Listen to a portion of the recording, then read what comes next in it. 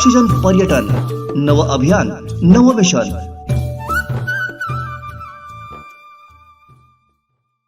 कोकणचा नंबर 1 महाचॅनल कोकणचा लाईव्हच्या या विशेष मुलाखतीच्या मालिकेमध्ये आपलं पुन्हा एकदा स्वागत.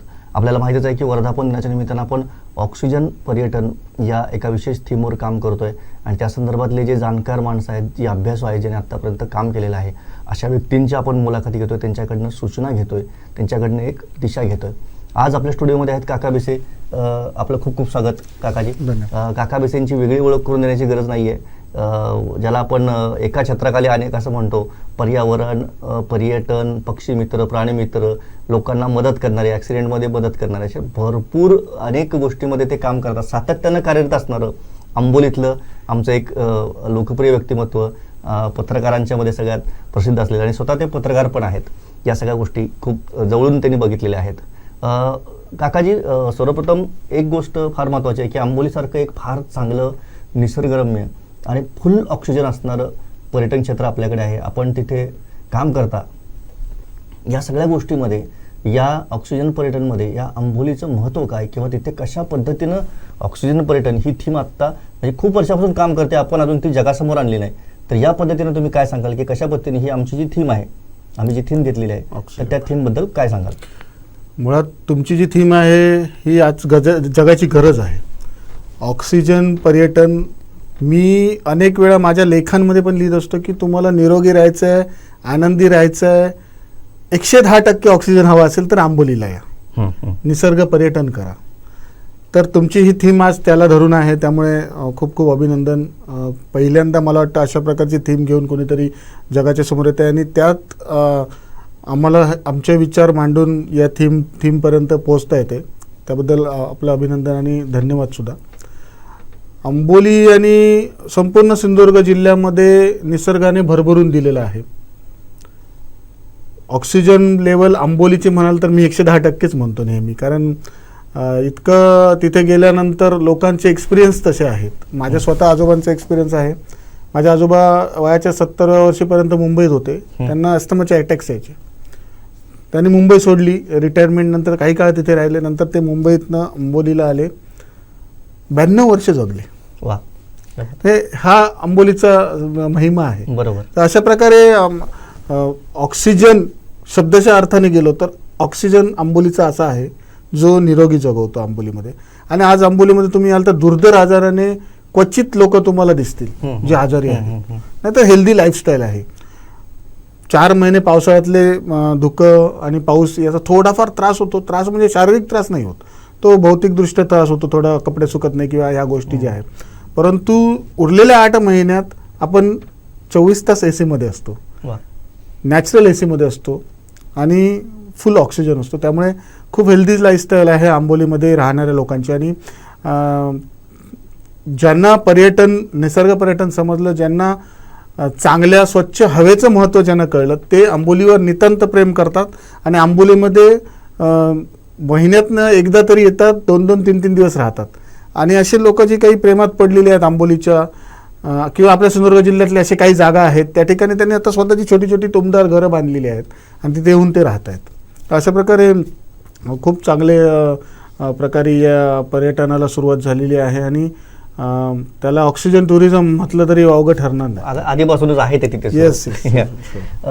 तिथं एक अजून एक याच अनुषंगाने आपण चर्चा करूया. म्हणजे आपण तिथली स्थळं याच्यावर चर्चा करूयाच, पण त्याच्याहीपेक्षा बेडकांच्या काही प्रजाती आणि काही सापांच्या प्रजाती तिकडे असतात. त्याचबरोबर फुलपाखरांचं एक फार चांगलं तिकडे अस्तित्व आहे.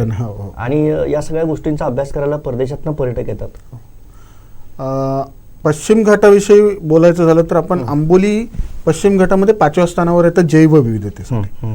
आंबोली हे ठिकाण असं आहे ज्या ठिकाणी दुर्मिळातल्या दुर्मिळ कीटक, दुर्मिळातल्या दुर्मिळ फुलपाखरू, बेडूक, साप, पक्षी ते हत्ती, वाघ इतकं सगळं आंबोलीमध्ये पाहायला मिळतं. अशा क्वचित जागा आहेत संपूर्ण पश्चिम घाटामध्ये. तर याचीच भुरळ आता पर्यटकांना पडू लागलेली आहे आणि संशोधकांना पण पडू लागलेली आहे. ते या ठिकाणी येत आहेत. विविध रंगी फुलपाखरं असतील, कीटक असतील, बेडूक असतील, साप असतील हे बघण्यासाठी आणि त्याच्यावर संशोधन करण्यासाठी. इतकंच कशाला आपले राज्याचे माजी मुख्यमंत्री उद्धव ठाकरे यांचे चिरंजीव यांनी स्वतः आंबोलीतून 3 खेकड्यांच्या प्रजाती, 2 पालींच्या प्रजाती, आत्ता एका माशाची प्रजात शिष्टुरा हिरण्यकेशी म्हणून मासा आहे त्या प्रजातीचा शोध लावला आहे. अशा अनेक प्रजातींच्या यापूर्वी शोध लागले. आंबोली टोड म्हणून एक बेडूक आहे जो जगामध्ये फक्त आंबोलीमध्ये सापडतो. तो सड्यांवरती किंवा ग्रासलँड ज्याला गवताळ प्रदेश असतात त्या ठिकाणी तो आढळून येतो. अशा प्रकारचे प्राणी, पशुपक्षी, बेडूक, साप आंबोलीमध्ये आहेत. आणि अगदी परदेशातून ते देशातले प्रत्येक कानाकोपऱ्यातून छायाचित्रकार आणि संशोधक आंबोलीमध्ये हे टिपण्यासाठी येतात. आणि माझं सौभाग्य असं आहे की मी गेली 17 ते 18 वर्ष या पर्यटकांना आंबोलीमध्ये मार्गदर्शन करतोय. माझे एक टीम आहे Malabar nature conservation club Amboli, याच्या माध्यमातून मी पर्यटकांना या ठिकाणी मार्गदर्शन करतोय. आणि एक प्रकारे रोजगार निर्मिती सुद्धा झालेली आहे. मोठ्या प्रमाणावर रोजगार इथल्या हॉटेल व्यावसायिकांना मिळतोय. सस्टेनेबल लाईव्हलीहूड ज्याला आपण म्हणतो, शाश्वत विकास, त्या अनुषंगाने जर बघितलं तर हे पर्यटक आंबोलीमध्ये 3-3, 4-4 दिवस राहत आहेत आणि व्यवसाय देत आहेत हॉटेलला, तिथल्या उपहारगृहांना आणि इथल्या वाटाड्यांना, इथल्या रिक्षांना, तिथल्या गाडी व्यावसायिकांना.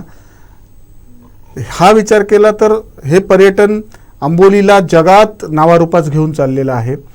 इथले जे संशोधन आहे या संशोधकांनी सुद्धा किंवा इथले जे संशोधन झालेले आहेत त्यांनी सुद्धा आंबोलीला संपूर्ण जगात घेऊन गेले आहेत. आणि आंबोलीची एक वेगळी ओळख जगाच्या समोर आता येत आहे या जैवविविधतेमुळे. अच्छा, याच्यामध्ये एक गोष्ट आहे की आंबोलीत जी भरपूर ऑक्सिजन आहे. आता हा झाला एक निसर्गप्रेमींचा किंवा पर्यटन प्रेमींचा, म्हणजे जे या जैवविविधतेमध्ये इंटरेस्ट घेत आहेत त्या लोकांचा इंटरेस्टचा पार्ट झाला. पण एक कॉमन जो पर्यटक येतो आपल्याकडे, तर त्याच्यासाठी कुठली ठिकाणी तिकडे इतकी फुल ऑफ ऑक्सिजन आहेत, जसं आपण कावळेसाद म्हणतो पण तसं आंबोलीमध्ये एक 7 ते 8 पर्यटन स्थळं आहेत ज्यामध्ये हिरण्यकेशी नदीचा उगम आहे. हिरण्यकेशी नदीच्या उगमापाशी गेल्यानंतर, हिरण्यकेशी म्हणजे काय, हिरण्य म्हणजे सोनं आणि केशी म्हणजे केस, सोन्याचा केस वाहिल्याप्रमाणे त्याचा भास होतो. आणि आंबोलीपासूनच या नदीचा उगम होतो. या ठिकाणी ते नदीचा उगम झाल्यानंतर ती नदी पुढे घाटावरून रामतीर्थ मार्गे कर्नाटकात जाते, तेव्हा त्या नदीला घटप्रभा नदी म्हणून ओळखली जाते. अनेक शेकडो हजारो गावांची ती जीवनदायिनी नदी आहे. त्या ठिकाणी गेल्यानंतर त्या देवराई आहे, त्या देवराईत त्या नदीचा उगम होतो. त्या देवराईत गेल्यानंतर एक तुम्हाला आध्यात्मिक आणि फुल ऑफ ऑक्सिजन ज्याला म्हणतो त्या दृष्टिकोनातून बघितल्यानंतर तुम्ही हरकून जाता. तिथे तुम्ही बसणारच, तिथून कधीच म्हणजे तुम्ही कधीच तिथून निघून जाऊ नये, तिथेच बसावं आणि ध्यानधारणा करावी.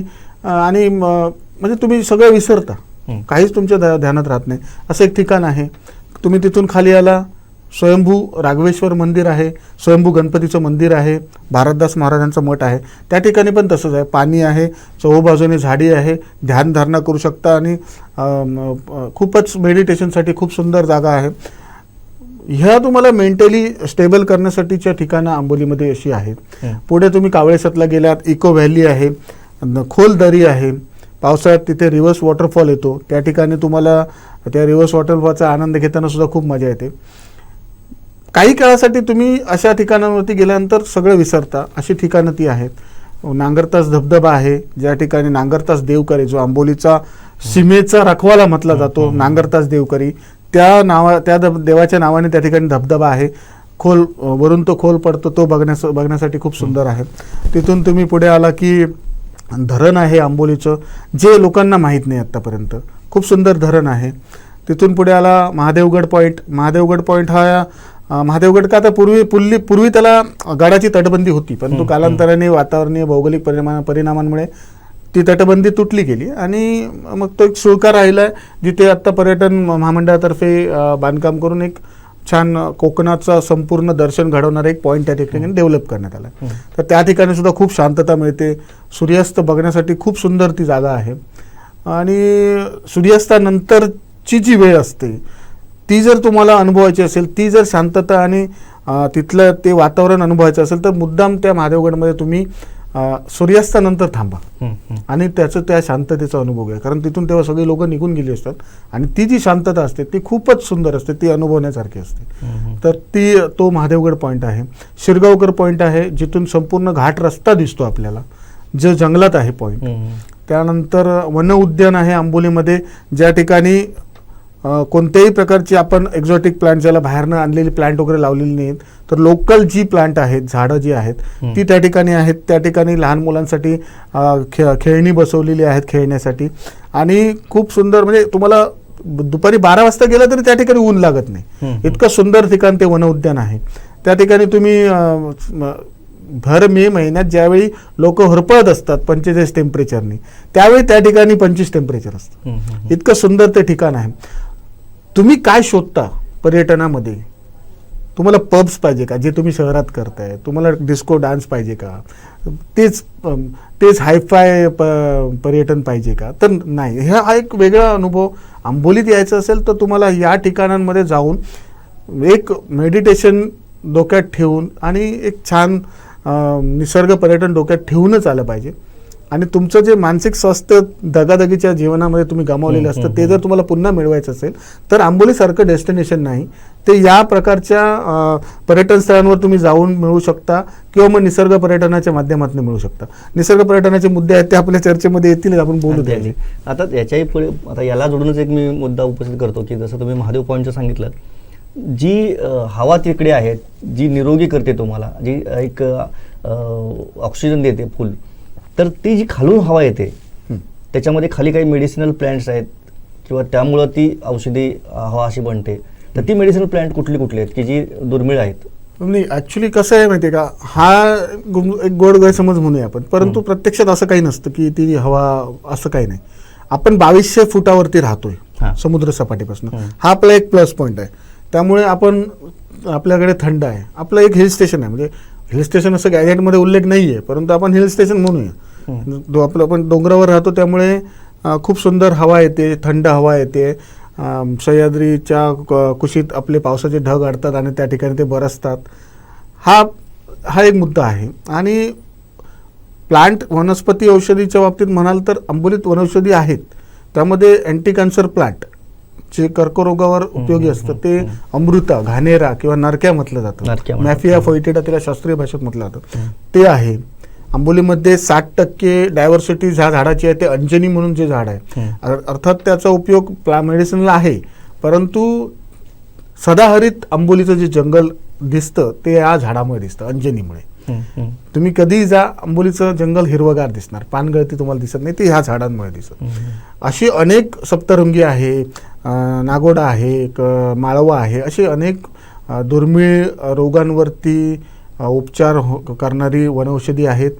आणि काही वैद्यसुद्धा आहेत जे असाध्य स्थितीत आंबोलीमध्ये आहेत. एक जुगू यमकर म्हणून आपले एक वैद्य आहेत, जे जवळपास 90 वर्षाचे आहेत. आजही ते असं ठामपणे सांगतात की आम्ही दुर्धर आजारांवरती उपचार करतो. ते आंबोलीतल्या वनौषधीच्याच जीवावर सांगतात. बरोबर. तर अशा प्रकारे एक येत्या काळात शासनाने विचार करावा की या वनौषधींचा आणि पर्यटनाची संगड घालून नेचर थेरपीमध्ये याचा कसा यूज करून मग त्याचा कसा फायदेशीर ठरू शकतो, अशा दृष्टिकोनातून विचार केला तर तुम्ही जसं म्हणताय की ती हवा आल्यानंतर तर ती हवा तशी असते. कारण मी हा प्रश्न विचारण्याचं कारण काय, तर पाचगणीमध्ये सेम अशी परिस्थिती आहे. कारण पाचगणीमध्ये जे हॉटेल्स आहेत, हॉस्पिटल्स आहेत, तिथे सुद्धा पेशंटला दिलं जातं ना, ते याच कारणासाठी की तिथे हवा चांगली आहे, अशीच व्हॅली आहे त्याची, आणि त्या व्हॅलीतनं सगळे येतात ते, आणि या सगळ्या गोष्टीचा फायदा होतो. दुसरं मला आता प्रश्न असा विचारायचा आहे की ठीक आहे, तुम्ही याबद्दल सांगितलं वनस्पतींबद्दल, प्राणी कुठले प्राणी आणि पक्षीप्रेमी खूप येतात तिकडे, तर त्यांच्यासाठी काय पर्वणी आहे तिकडे? मी तुम्हाला सांगितलं तसं की माझ्याकडे 110 पानांचं प्रेझेंटेशन आहे, ज्याच्यामध्ये कीटक, वनौषधी, फुलपाखरू, पक्षी, बेडूक, साप, प्राणी इथपासून, म्हणजे प्राण्यांमध्ये अगदी उंदरापासून, वटवाघळापासून आपण प्राण्यांमध्ये गणलं जातो ते हत्ती, वाघांपर्यंत. मग बिबटे, अस्वल, गवे, रेडे, रानडुक्कर, सांबर, भेकर, पिसई, साळींदर, त्याच्यानंतर वटवाघळाच्या काही प्रजाती आहेत. अशा अनेक प्रजाती आहेत प्राण्यांच्या. तर या बघण्यासाठी तुम्ही येऊ शकता. त्यासाठी वन विभागाने आंबोलीमध्ये मलई पठार म्हणून एक जंगलातनं रस्ता विकसित केला, जो अद्याप सुरू झाला नाही, पण होईल. मी त्याचा पाठपुरावा करतोय तो सुरू होण्यासाठी. आणि एक मुद्दा आहे तो म्हणजे तुम्ही पक्ष्यांबद्दल बोलला, तर आंबोलीमध्ये 220+ पक्षी आहेत जे बघण्यासाठी लोक येतात आंबोलीमध्ये, जे पक्षी निरीक्षणही करतात, पक्षी छायाचित्रणही करतात. आणि त्या माध्यमातनं अनेक रिसॉर्ट्स जे आहेत, हॉटेल्स जे आहेत आंबोलीमध्ये, त्यांनी अशा प्रकारचे पाणवठेसुद्धा डेव्हलप केलेले आहेत ज्या ठिकाणी पक्षी पाहण्यासाठी येतात. वा. आणि त्याच्यासमोर त्यांनी एक कॅमोफ्लज म्हणजे ज्याला निसर्गाशी मिळतं जुळतं कापड लावून त्याला होल ठेवले आहे, जिथून कॅमेरा काढून तुम्ही खुर्चीवर बसून निवांत त्या पक्षाला त्रास न करता छायाचित्रण करू शकता. तसंच बेडक साप यांच्या बाबतीत सुद्धा आहे. तर Amboli specially non for the जगाला माहीत झाली आंबोली ती म्हणजे बेडूक आणि सापांसाठी. कारण हेवी रेनफॉल एरिया असल्यामुळे, पाऊस जास्त पडत असल्यामुळे या ठिकाणी बेडकांची संख्या आणि सापांची संख्या खूप आहे. आंबोलीत आतापर्यंत 56च्या आसपास आपण सरपटणाऱ्या प्राण्यांच्या नोंदी केल्या आहेत आणि जवळजवळ 23 ते 24 प्रकारच्या बेडकांच्या प्रजातींच्या. बेडूक आणि साप लोक म्हटल्यानंतर एक तर किळस करतात किंवा घाबरतात, परंतु इतके सुंदर बेडूक साप असतात हे जर बघायचं असेल तर आंबोली द्यायला हरकत नाही. आणि मी असं म्हणेन की तुम्हाला जर खूप छंद एखादा जोपायचा असेल तर तुम्ही छायाचित्रणाचा जोपासा. छायाचित्रणामुळे तुम्ही निसर्गात फिरता, निसर्गात फिरल्यामुळे तुम्हाला ऑक्सिजन जास्त मिळतो. आजच्या थीमला अनुसरून मी बोलतो की तुम्हाला ऑक्सिजन जास्त मिळतो, तुम्ही चालता, तुमची एक्सरसाइज होते, तुमचं मन प्रसन्न राहतं. माझ्याकडे जे गेस्ट येतात मला माहिती आहे 85 ते 88 वर्षाचे फोटोग्राफर आहेत जे आजही उमेदीने येतात आणि ते स्वतः सांगतात की मी जर छायाचित्रण बंद केलं काका तर मी पुढच्या वर्षी तुला दिसेन की नाही माहिती. तर निसर्गात आल्यानंतरच ऑक्सिजन मिळतो आणि त्यांचं लाईफ वाढत जातं. त्यामुळे ऑक्सिजन टुरिझम हे निसर्ग पर्यटनाच्या माध्यमातून पुढे नेऊ शकतो आपण. अगदी अगदी. या सगळ्यामध्ये ना एक थरारक असा अनुभव असतो तो नाईट सफारीचा जंगलातल्या, त्याबद्दल सांगा. नाईट सफारी सुरक्षित आहे, कोणत्याही प्रकारचे असुरक्षितपणा नाही आहे. कारण एक म्हणजे आम्ही एक तर गाडीतनं नाईट सफारी करतो आणि दुसरी चालत म्हणजे आम्ही काही गावांमध्ये जंगलातनं जे रस्ते गेलेले आहेत त्या रस्त्यावरनंच आपण चालत नेतो लोकांना. आंबोली हॉटस्पॉट आहे, मग तुम्हाला सांगितलं तसं जैवविविधता पावली तुम्हाला जैवविविधता आंबोलीमध्ये दिसते. तर नाईट सफारीला जेव्हा तुम्ही चालत असता त्यावेळी तुम्हाला कुठून तरी सांबराचा आवाज येत असतो, कुठेतरी गावे सळसळत आहेत जंगलामध्ये याचा आवाज येतो आणि ते दिसतात. त्याच्यानंतर साप असे लिलया तुम्हाला बसलेले शेजारी झाडाच्या दिसतात, तर ते तुम्ही बघू शकता. फुलपाखरं झोपलेली बघू शकता. रात्रीच्या वेळी काही ओढ्या आहेत रस्त्याच्या शेजारी, त्या ओढ्यांमध्ये काही बेडकाच्या प्रजाती दिसतात. तर हा टॉर्चच्या सहाय्याने पायामध्ये शूज घालून आपण छान आपले कॅमेरे रेडी घेऊन आपण जेव्हा फिरतो त्यावेळी हा एक वेगळा एक्सपिरियन्स तुम्हाला मिळतो. शक्यतो लोक दिवसा आजकाल अभयारण्यांमध्ये फिरतात, गाडीतून फिरतात, फोटो काढतात आणि येतात, परंतु आज वेगळा अनुभव चालत घेण्याचा जो हा आहे त्याच्यामुळे लोकांना वेगळ्या प्रकारचा आनंद मिळतोय, थ्रिलही मिळते आणि लोक ते एन्जॉय करतायत. बाकी आजपर्यंत म्हणजे मी स्वतः 20 वर्ष या क्षेत्रात आहे, आजपर्यंत कोणताही अनुचित प्रकार सिंगल एकही झालेला नाही. त्यामुळे खूप सुरक्षित आहे आणि रोमांचित करणारा सुद्धा आहे. अगदी बरोबर. या सगळ्या पार्श्वभूमीवर आता आपण इतकी चांगली आंबोलीची माहिती, साक्षात आंबोली माझ्या समोर उभी राहिली कारण इतकं चांगलं तुम्ही वर्णन केलं. पण या सगळ्या गोष्टीचा कशा पद्धतीनं आपण पर्यटनासाठी किंवा आपल्या लोकांच्या याच्यासाठी उपयोग करू शकतो किंवा शासनाने तिकडे काय सोयी पुरवत, तुम्ही स्वतः पाठपुरावा करताच आहात तो सगळा, पण आमच्या दर्शकांना ती माहिती देण्यासाठी तुम्ही काय सांगाल? खूप चांगला प्रश्न होता. या कोकणसादच्या माध्यमातून मी गव्हर्नमेंटपर्यंत पोहोचायचं हे मी ठरवून आलेलो होतो की मला ह्यावर पण बोलायचं आहे आणि मला सांगायचं की शासनाने ज्या गोष्टीला दुय्यम स्थान दिलेलं आहे म्हणजे निसर्ग पर्यटनाला, ते न देता त्याला प्रथम स्थान दिलं गेलं पाहिजे. आज तुम्ही बघाल तर शासन केवळ काय करते की पर्यटन स्थळावर जाणारे रस्ते करा, तिथे कॉन्क्रिटीकरणाचं काहीतरी विचित्र प्रकार करून ठेवा. तर मी शासनाला नेहमी ओरडून सांगत असतो की आपली थीम निळाशार समुद्र, जांबा दगड आणि हिरवं जंगल ही आपली थीम आहे. या तिन्ही थीमला अनुसरून इको टुरिझमच्या दृष्टीने तुम्ही कन्स्ट्रक्शन्स करा, त्याचा पाया रोवा. तुम्ही हे कॉन्क्रिटीकरण, आता महादेवगड, अंबोलीचं महादेवगड डेव्हलप करताना काय केलं यांनी, कॉन्क्रीटचे बार उभे केलेत महादेवगड म्हटले. आपल्याकडे जांबा दगड आहे, तुम्ही तटबंदी उभी करा, बुरुज उभे करा आणि महाराष्ट्रात कुठेही नाही एवढा मोठा भगवा त्या महादेवगडवर झळकवा.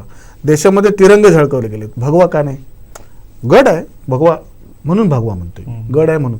अशा प्रकारचा जो भगवा जर झळकवला गेला तर पुऱ्या महाराष्ट्रातनं लोक तो भगवा बघण्यासाठी येते. तो सिंधुदुर्गात सगळ्यात जास्त गड आहेत राज्यातले. येस. आणि त्याची तुम्ही तटबंदी बुरुजासारखी जर केली, त्या गडांच्या बुरुजासारखी जर केली, तर लोक महादेवगड गड बघून आल्याचं समाधानही त्यांना मिळेल. आणि ते अगदी सोपं आहे, कारण जांबादगा इझिली आपल्याकडे अवेलेबल. अशा प्रकारचं हे एक एक्झाम्पल सांगितलं तुम्हाला मी. तशाच प्रकारे निसर्ग पर्यटनाला 100% मान्यता दिली गेली पाहिजे, ज्यामध्ये साहसी पर्यटन पण येतं. आमच्या आंबोलीतले किंवा आमच्या सिंधुदुर्ग जिल्ह्यातील जवळपास एक 40 ते 50 मुलं भारतातल्या 1 नंबरच्या इन्स्टिट्यूटमध्ये साहसी पर्यटनाचे प्रशिक्षण घेऊन आले. पण आज ते कुठे आहेत? ते घरी आहेत. का घरी आहेत? त्यांना कुठल्याही परमिशन्स मिळत नाहीत. का? तर वन विभाग आहे. त्यांच्या सेफ्टीचं काय? असा विचार केल्यानंतर तुम्ही पुढे कधी जाणार आहात? साहसी पर्यटन सिंधुदुर्गात कधी होणार आहे किंवा निसर्ग पर्यटन कधी होणार आहे?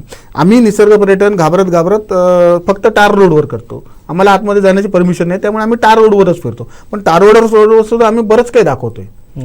शासनाने पॉझिटिव्हली याचा विचार करून याला नियमाने कठोर नियमाने अटींचे हे अटी देऊन त्याचं पालन करून मग तुम्ही हे पर्यटन करण्यासाठी एक रूपरेषा आखली पाहिजे आणि ते करायला दिलं पाहिजे. आणि त्या पर्यटनाची जाहिरात ही महाराष्ट्र पर्यटन महामंडळाच्या माध्यमातून झाली पाहिजे. तरच या प्रकारचं ऑक्सिजन पर्यटन, निसर्ग पर्यटन वाढू शकतं आणि मग देशविदेशातले पर्यटक आंबोलीमध्ये येऊ शकतात. आता मोपा आपल्या जवळ झाले. माझा अनुभव सांगतो तुम्हाला, मोपा एअरपोर्ट झाल्यापासून आंबोलीत फॉरेनर दिसायला लागलेत. यापूर्वी दिसत नव्हते, आता दिसायला लागले. मग त्यांना काय लागतं? फॉरेनर्सना तुम्हाला VIP पब्स आणि बार नाही लागत, त्यांना निसर्ग पर्यटन लागतं, त्यांना ग्रामीण कृषी पर्यटन लागतं. तर त्या अनुषंगाने त्यांना जे मूलभूत सुविधा आहेत त्या उपलब्ध करून देऊन त्याचं एक छान मॉडेल तयार करावं लागेल. आणि ते तयार करण्यासाठी केवळ स्थानिकांना सोबत घेऊनच ते डिझाईन केलं गेलं पाहिजे, ना की सिंधुदुर्गाचा आणि आंबोलीच्या पर्यटनाचा आराखडा तयार करण्यासाठी देशविदेशातले किंवा विदर्भातले आणि मराठवाड्यातले कन्सल्टंट आणून नाही चालणार आहे. त्याला स्थानिकांना सोबत घेऊन तो आराखडा तयार केला पाहिजे. तर आम्हाला ते डावललं जातं नेहमी आणि मग आमच्या माथी नको असलेले प्रोजेक्ट मांडले जातात.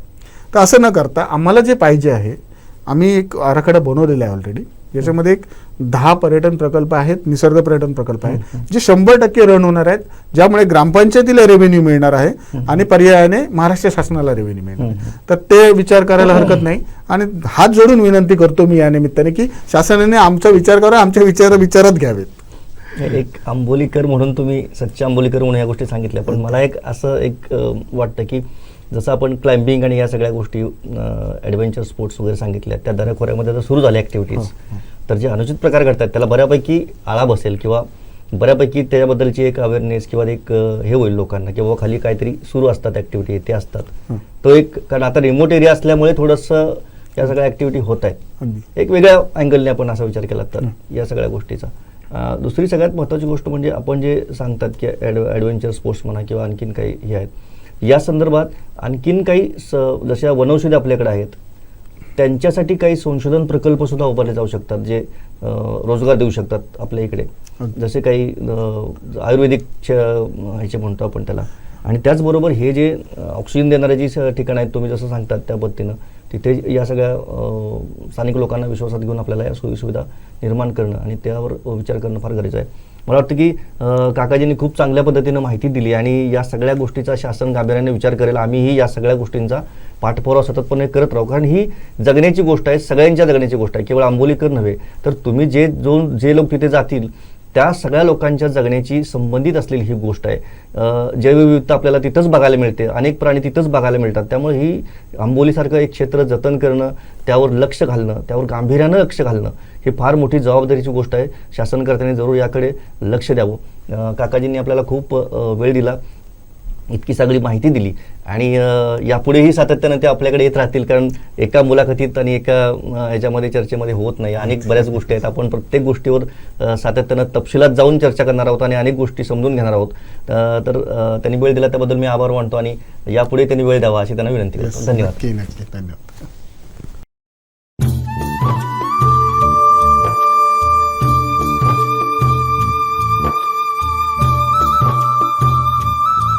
ऑक्सिजन पर्यटन, नव अभियान, नवं विशन.